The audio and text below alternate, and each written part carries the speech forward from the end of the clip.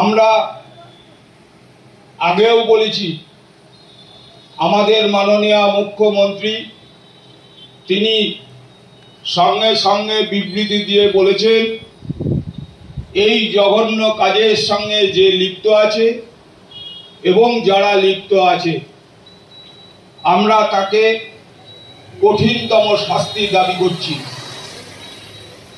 শাস্তি কলকাতা হাইকোর্ট, আমাদের তৃণমূল কংগ্রেসের মা বোন এবং আমাদের যারা তৃণমূল কংগ্রেস কর্মী আছে তাদেরকে নিয়ে বেলা 10টার থেকে সন্ধ্যে 6টা পর্যন্ত যে বিক্ষোভ, যে ধর্ণা মঞ্চ আমরা বানিয়েছি প্রাকৃতিক দুর্যোগের জন্যও কিছুটা হলেও আমাদের এই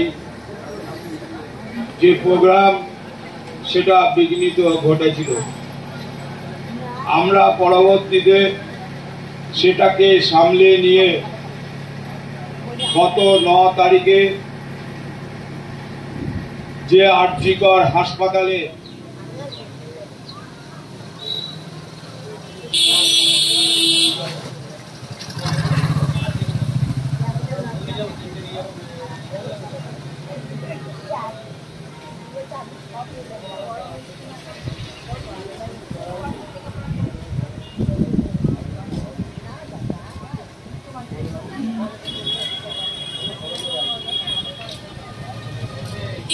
না যায়, পুনরায় যাতে কাউর ঘরের সন্তান যাতে এর পরে আর এই নির্মমভাবে খুন হতে না হয় আমরা রাজ্য সরকারের থেকে ঘোষণা করতে দেখেছি।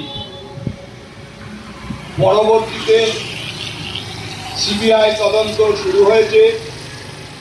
যে মূল আসামি 24 ঘন্টার মধ্যে অ্যারেস্ট হয়েছে এবং ডাক্তার রিপোর্ট দিয়েছে।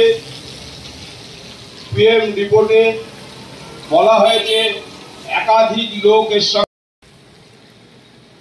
আমরা আগেও বলেছি আমাদের মাননীয় মুখ্যমন্ত্রী